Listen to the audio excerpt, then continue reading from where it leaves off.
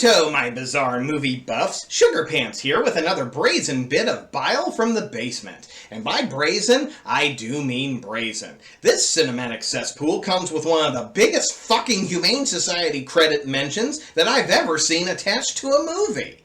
So as an animal lover myself, here's a kitty cat. Would you. Oh, that's the ear, Squidgy. Oh, that's the spot. That's the spot right there. Yes, it is. Hello! Hello! Oh, he's such a cute little puppo. Oh, hello! I feel it important to give you all a massive trigger warning before we jump into this movie. I promise that I will try very hard to limit the exposure to the animal cruelty segments. And what are we watching today? 1990's Two Evil Eyes, a titanic collaboration between two iconic horror directors, Dario Argento and George A. Romero. And it's actually two movies in one, as both directors did their own thing and chose separate stories from the great Edgar Allan Poe to modernize and splash across the silver screen. So with all that done, let's check on that sleaze docket to see what this movie's gonna throw our way. We have 8 dead bodies, 2 naked breasts, 1 naked bajingo, 25 cups blood, Latin chanting, barbo groping. Bar groping?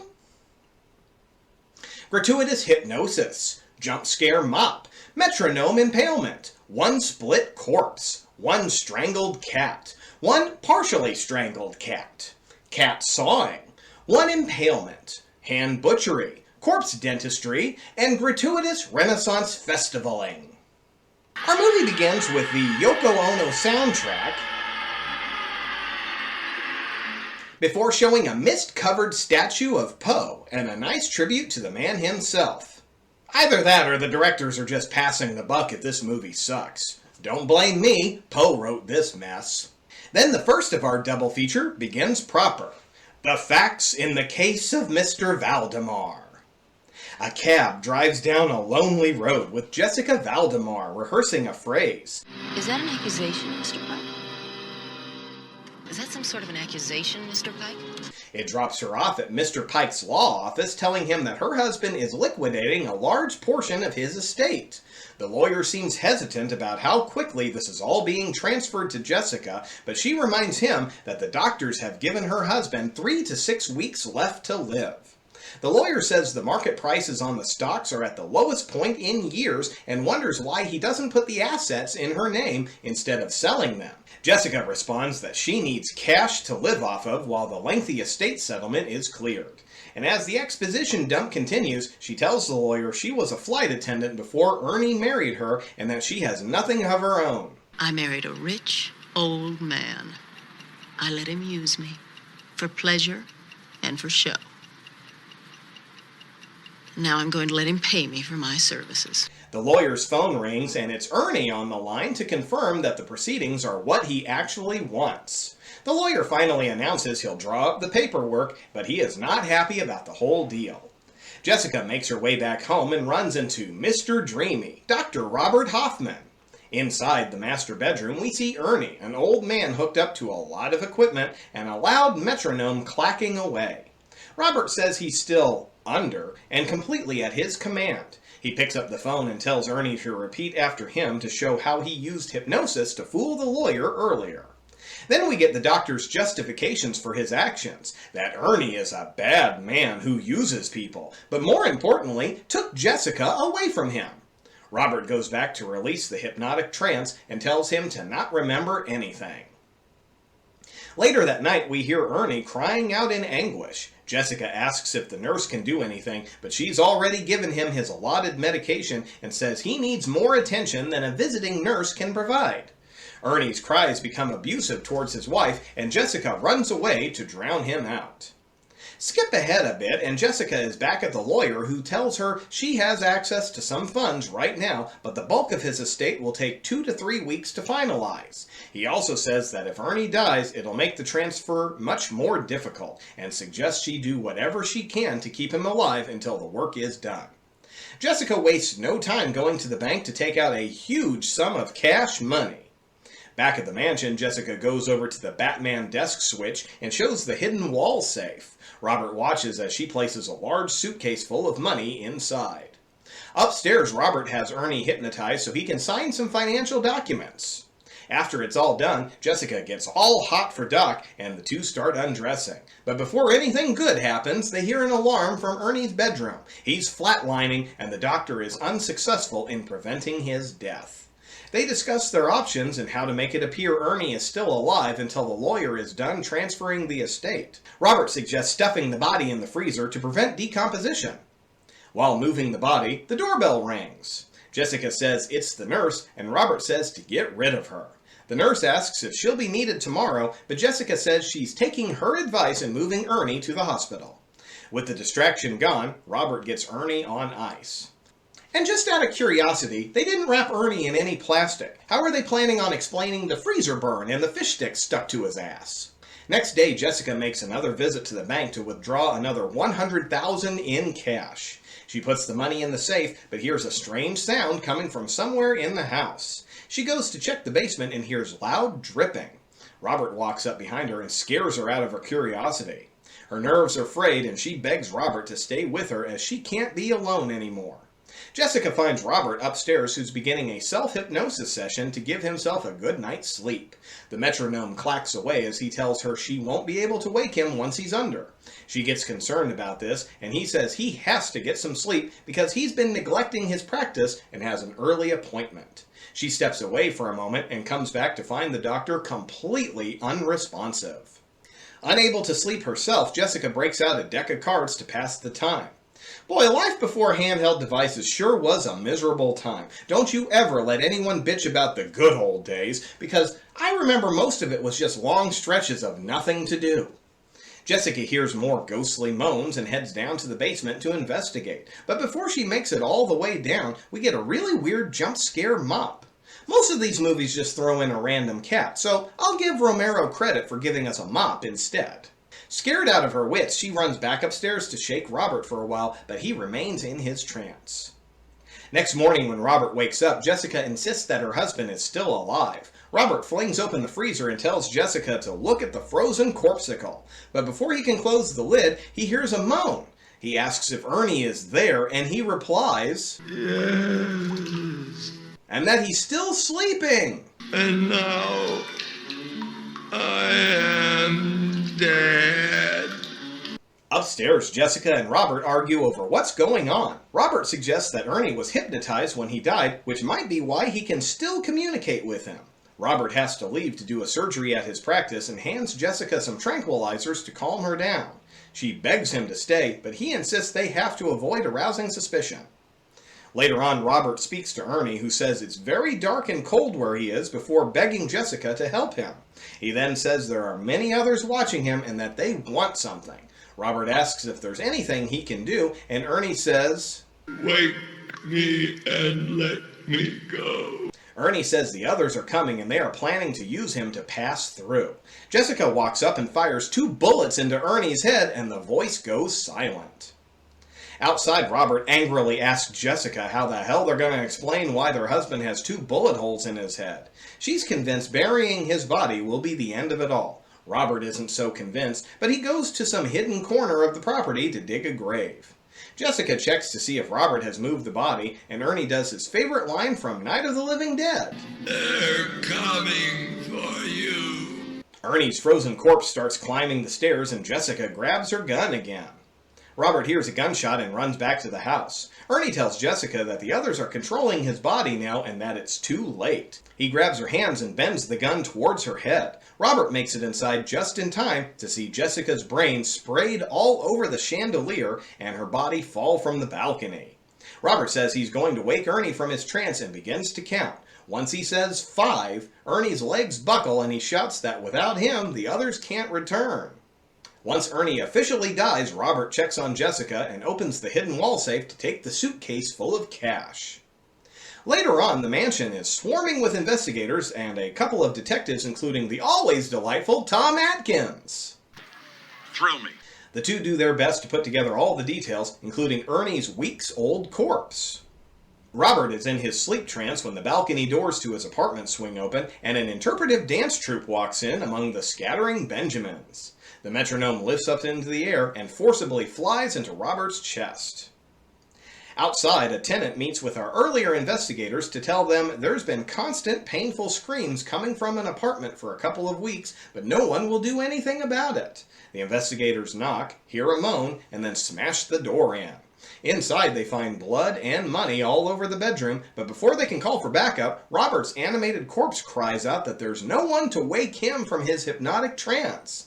The detective fires a few shots, and we get a close-up of the blood splatter as it sprays the money. Unfortunately, we don't get the creep to transition us to the next story, we just jump right into it. The Black Cat. And just a reminder, there are some rough parts in this section involving simulated animal cruelty. It's really not that bad, but I'll try to keep it light. Rod Usher, get it, is flipping through some ghastly photos and narrating about the depravity within us all. Rod makes his way to a particularly gruesome murder scene that has a naked woman on a slab with her body split across the stomach. Get it? By the way, I'll spare you any more of those and just say that Argento rolls details from several of Poe's stories into this one. Just a heads up if you're super familiar with Poe's works. Rod is stopped from entering the crime scene, but Detective Legrand allows him in, and he begins to take photographs of the corpse. He heads over to get a different angle and pulls a lever next to the wall. This sends a large blade swinging and lowering to the table, and he takes several frantic shots.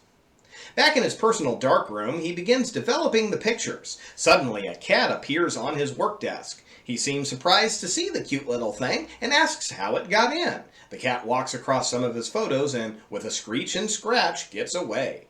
The darkroom curtain is flung open and a woman asks what Rod did to the cat. Now, I'm no photography expert, but didn't she just destroy all of his photographs by overexposing them? This is Rod's girlfriend, Annabelle. Rod says he didn't do anything to the cat and shows off his scratches. He asks where the cat came from, and Annabelle says she was an outside stray. She then asks, We can keep her, can't we? but doesn't wait for Rod to answer. Rod goes to finish developing his pictures only to find cat paw prints all over them. Annabelle is praying and chanting before bed. Okay, now chant and release your inner aura, okay? She asks Rod what's wrong, and he says he's not thrilled the cat's staring at him. She gently sets the fluff ball outside and closes the door. Rod says he sees a lot of terrible things in his line of work, and Annabelle says that he's superstitious because it's a black cat, and that in the Middle Ages people burned women and black cats because they thought they were witches. Cats remember, so they don't trust. Somehow the cat makes it outside of the apartment and starts scratching and yowling at a bedroom window. Rod throws something at it which wakes Annabelle up, and big tough guy Rod pretends to be asleep. Next day, Annabelle is teaching the violin to a young student while the cat watches Rod in the shower. Rod does the hand framing, which chases the cat out of the room. He continues antagonizing the cat, who clearly wants nothing to do with him. The poor thing runs into a room, and Ron follows, closing the door behind him. Annabelle and her students stop playing when they hear a rather loud yowl. When she finds Rod, she asks what happened, and the lying fucker says, I accidentally caught her tailing the door. Annabelle tells Rod not to hurt the cat, which should be a giant fucking red flag. Any grown-ass adult who has to be told to not harm a pet probably shouldn't be someone you're shacking up with. Rod's at an office having his photographs criticized, specifically that all of the content being crime scene photography doesn't give any contrast in the work. We immediately jump cut to Rod doing tequila shots and smoking while watching his girlfriend. He sees Annabelle run off holding the hand of a much younger man. Rod finishes his shot and walks across the street to his apartment. While Annabelle is at the symphony with what I assume are her violin students, Rod is setting up a photo shoot with the cat. And here's where I cut the content short. Rod photographs himself strangling the cat to death. Honestly, it's really not that bad, but it definitely looks more convincing than I think they needed it to be. In the next scene, a visibly distressed Annabelle is quietly fixing a bowl of food for the cat. Rod walks in and angrily demands that she make him dinner instead. The phone rings, and she tells the other person that she hasn't heard anything, but is frantic about it. Rod then shits all over the fact that her friends are concerned for her. She tells him he should go drink somewhere else, and he flies off the handle telling her it's his kitchen, and he'll drink wherever he wants. I didn't fucking do anything! Awfully guilty conscience for someone who hasn't even been accused of anything, but that's Poe for you. Guilty conscience is kind of his MO. The phone rings again, and it's one of Annabelle's students asking how she's doing. After hanging up the line, Annabelle says she knows Rod killed her cat. He denies it, but she insists she knows he did. He finally slaps her across the face, and she heads upstairs and locks herself inside the bedroom. While trying to sleep on the couch, Rod sees some theater-clothed individuals, including Annabelle in a long de Bergeracian nose. He follows them out the door and is immediately thrown into a Renaissance Festival after-party. Annabelle is standing at the front of the crowd when the music stops. She drinks a goblet of wine and collapses as a little person walks up with a fake cat on a noose. She cradles it in her arms, and it suddenly becomes real. She asks, Who is thy murderer? and begins thrashing around before pointing to Rod. The hangmen drag Rod from the crowd, and Annabelle says his punishment is written in the white spot on the cat's chest. He looks, but the camera loses focus as it zooms in. The music suddenly begins again, and the hangmen drag Rod to the gallows, where he is strung up by his limbs and impaled upon a spike. Suddenly, a bottle of beer shatters on the floor, and Rod wakes up on the couch. Oh, thank God, the obvious dream was just a dream. Later on, Rod is at a cemetery crime scene standing next to an unearthed coffin. Hey, look, kids! It's Tom Savini! Detective Legrand is asking why the perp would pull the teeth out of the body he dug up. The investigator brings the box of teeth and dentist tools so Rod can snap a few photos. Meanwhile, Annabelle is crying during a lesson with Christian, the young man she took to the symphony earlier, who takes this as a chance to get hot for teacher. The two are startled by a loud bang from somewhere else, but we never find out what it was. I assume we're meant to think it's Rod. Sometime later, Annabelle is wandering downtown and stumbles across a bookstore selling Rod's latest book, complete with cover photo of her strangled cat. Honestly, I'm not sure how Rod thought he was going to get away with this. Was she just supposed to never accidentally stumble across a high-profile photographer's published work? Annabelle calls a friend and says she doesn't know who Rod is anymore and asks if they could help her find a place to stay. Rod's setting up at a bar while knockoff Sharon Stone serves him shots. Across the way, a black cat jumps up on the bar. The bartender says she just showed up one day. He admits that his girlfriend had a cat just like that, and the bartender says maybe it's the same cat. He doesn't hesitate in telling her that cat is dead. She tells Rod to take a closer look as the white spot on her chest is pretty distinguishable. When he looks closer, he flashes back to his dream and suddenly takes off. Annabelle gets a call from a man who says he's got a temporary place for her to stay, and she says she'll try to get a flight that evening. Rod's wandering around town and ends up back at the same bar. He asks if he can have the cat, and she's already got the animal boxed up and ready to go. Annabelle leaves a note for Rod, but hears him come in the front door just as she's about to leave. He puts on his favorite mixtape and looks through the box slits at the cat. Annabelle goes for the front door, but hears the cat yowl, which causes her to turn around. Rod picks the cat up and takes a closer look at the white spot, which suddenly resembles a noose hanging from the gallows. He then takes an electrical cord and strangles the poor thing. Annabelle clocks the fucker on the head and rescues the kitty. Rod quickly comes to and chases her into the kitchen. He grabs a butcher's knife and takes a few swings at the cat, and then at Annabelle, killing her. As he carries her dead body up the stairs, the doorbell rings. Hey, what is it with both of these stories that sees guests the very minute they start moving a body? Whoever it is isn't giving up, ringing and knocking repeatedly. Rod puts Annabelle in the bathtub, then jumps into the shower before running to the front door in his robe. Turns out it's a neighbor coming over to complain about the music. Rod says he and Annabelle had a fight, and she locked herself in the room with the music on. The neighbor barges in and notices the blood on the carpet. Rod steps in a puddle and says he must have cut his foot on the way down the stairs. He's almost a little too good at making up this cover story on the fly, isn't he? Finally, the old man leaves and Rod finds the note Annabelle left for him. It tells him to not look for her as she doesn't want to spend any more time with him. The next day, one of Annabelle's students comes by for her lesson, and Rod tells her she must be mistaken, as the two of them are going on a vacation. During this talk, several delivery men are bringing home repair supplies. Rod ties Annabelle's body to some coat hangers and seals her up in a false wall covered by bookshelves. He heads to the neighbors with some apology roses and tells them they'll be leaving for a trip to patch things up. Suddenly, we get this really fucking weird Weekend at Bernie's gag. Rod dresses up a dummy in the passenger seat with a photograph of Annabelle riding shotgun and fishing line attached to the arm. He and the fucking dummy wave to the neighbors as they drive away. Now, with two witnesses seeing them both leave, he's confident no one will look for her at the house. But Rod's bullshit story isn't done yet. He actually goes to a beach area and gets as many people in on the story as he can. He tells the girl at the resort that his wife is sick and she'll be leaving early and on her own. Back at his house, Rod answers the phone, but the caller hangs up immediately. A few steps up the stairs, and it happens again. He goes upstairs and notices the kitchen window open slightly. Suddenly, a deadite runs through the house.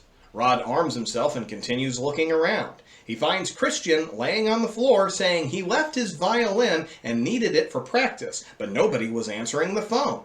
He then asks where Annabelle is, and Rod says she's on tour with an orchestra. The phone rings again, and the caller this time stays on the line and also asks for Annabelle. He says he's been waiting for her for a week, and Rod flies off the handle, threatening him to never call again. Christian notices Annabelle's violin case and comments that it's strange that she wouldn't take it with her. Rod says, She has two. and ushers him out the door. Man, a whole week worth of deception is immediately falling to pieces. Once outside, the neighbors ask if they're doing better, and Christian says Rod's lying about Annabelle's whereabouts. Rod goes inside, and Christian continues telling people who aren't there that he's lying. Seriously, who the fuck is he talking to in this scene? He's lying. He knows where she is.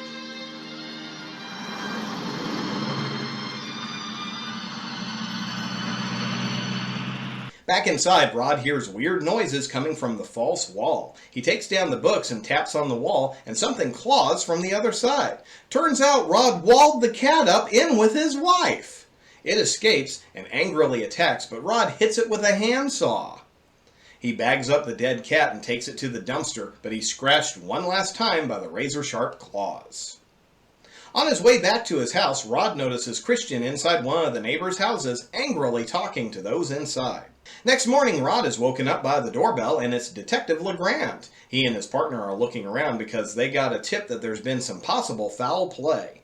One notices the phone line ripped from the wall, and Rod says there's been a lot of crazy phone calls since his book came out. Legrand sneezes and asks if there's a cat around. Rod says it disappeared. Follow-up question, what happened to his wife?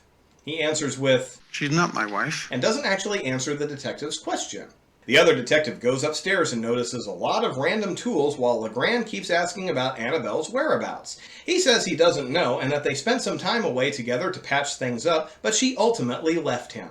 Legrand keeps sneezing and insists the cat must have left a lot of fur around the place. Rod hands the detectives Annabelle's note as proof that she left. The two leave, seemingly happy with the results of their questioning. Suddenly, Legrand knocks on the door to say he forgot to get Rod to autograph his copy of the book for him, but the pen isn't working. The three go back inside to find a working pen. And I'm not sure whether or not this was just a bit of slick detective work to get a second look inside the apartment. While inside, the detectives hear a yowling snarl from upstairs. One goes up and calls for Legrand to join him. He's discovered the false wall with fresh patchwork and paint. Legrand handcuffs himself to Rod. The other detective starts ripping open the wall and is immediately knocked back by the smell. When it's all torn away, we find Annabelle's body and a litter of feral kittens who have been eating her corpse. Rod attacks and kills the two detectives and searches for the key to unlock the cuffs. They're balancing on the banister, but fall to the first floor before he can reach them. Suddenly, the doorbell starts ringing. It's the nosy neighbors coming to check what all the noise is. The sound of smashing glass is heard, as they're apparently not willing to wait to be let in. Rod drags Legrand to the window and... honestly, I don't know what his fucking plan here is. He grabs a rope and lassos a branch, unknowingly wrapping the rope around his own neck. Legrand's body falls from the window and pulls Rod to his death. The end. Only that's the true conclusion of the movie. Oof, what a journey, huh? Two Evil Eyes was originally supposed to be more than just a collaborative effort between Romero and Argento. The original plan was to also include John Carpenter and Wes Craven, but sadly, those two dropped out to focus on other projects, leaving this to be a two-part story instead. And we horror fans are left wondering what could have been. Just another one of those what-if stories the world of horror movies is just chock full of. Perhaps somewhere in the multiverse there is an Earth that got the four-director project. But it's probably the same one where Stephen Hawking didn't suffer from ALS and turned into the world's greatest supervillain, where he blew up the moon and enslaved the Marklar people of Alpha Ceti 4. While I don't think this one is a terrible movie, it does suffer from a lack of something. But if I had to pick the best between the two stories, I'd have to go with the first. I get a nice Creepshow vibe from the type of story it was, which makes sense since George Romero directed that movie too. Honestly, my biggest issue is that the two stories drag on way too long. I feel like they could have been cut down for pacing, and I have to wonder if having 4 stories would have helped this aspect. I mean, if you think about it, Two Evil Eyes and Creepshow are both 2 hours long. One tells 2 stories, the other tells 5. And one of those is clearly the better overall product. I think if this feature had a good 20 to 30 minutes cut, it would have ended up being a much better movie. Of course, neither director here is a stranger to any horror fan. Romero's directorial work includes Night of the Living Dead, The Crazies, Dawn, Day, Land, Diary, and Survival of the Dead, and, as mentioned above, Creepshow. The horror world was set all abuzz recently when a 1973 project named The Amusement Park was filmed and forgotten about until a print was discovered in 2017, just 3 weeks before Romero passed away. It got a 4K restoration and was released on Shudder. Argento's no slouch himself, with Suspiria, Phenomena, Opera, and 2 episodes of Masters of Horror among his many credits. Two Evil Eyes' acting department is definitely full of familiar faces: Adrienne Barbeau, Harvey Keitel, E.G. Marshall, John Amos, Tom Atkins. It's also the acting debut of Julie Benz, who would go on to star as Darla in 6 episodes of Buffy the Vampire Slayer and 20 episodes of Angel. Other credits of hers include Rambo, Punisher Warzone, and 49 episodes of Dexter as Rita Morgan. Alright, all you cool cats, you can take your hands away from your eyes because all the cat torture porn has safely been left behind. So what's next on my continuing campaign for crappy consumables? Well, you'll just have to tune in to find out. Same clown time, same clown channel. So until I greet you again, this is your best abomination buddy, Sugar Pants. See you in your dreams.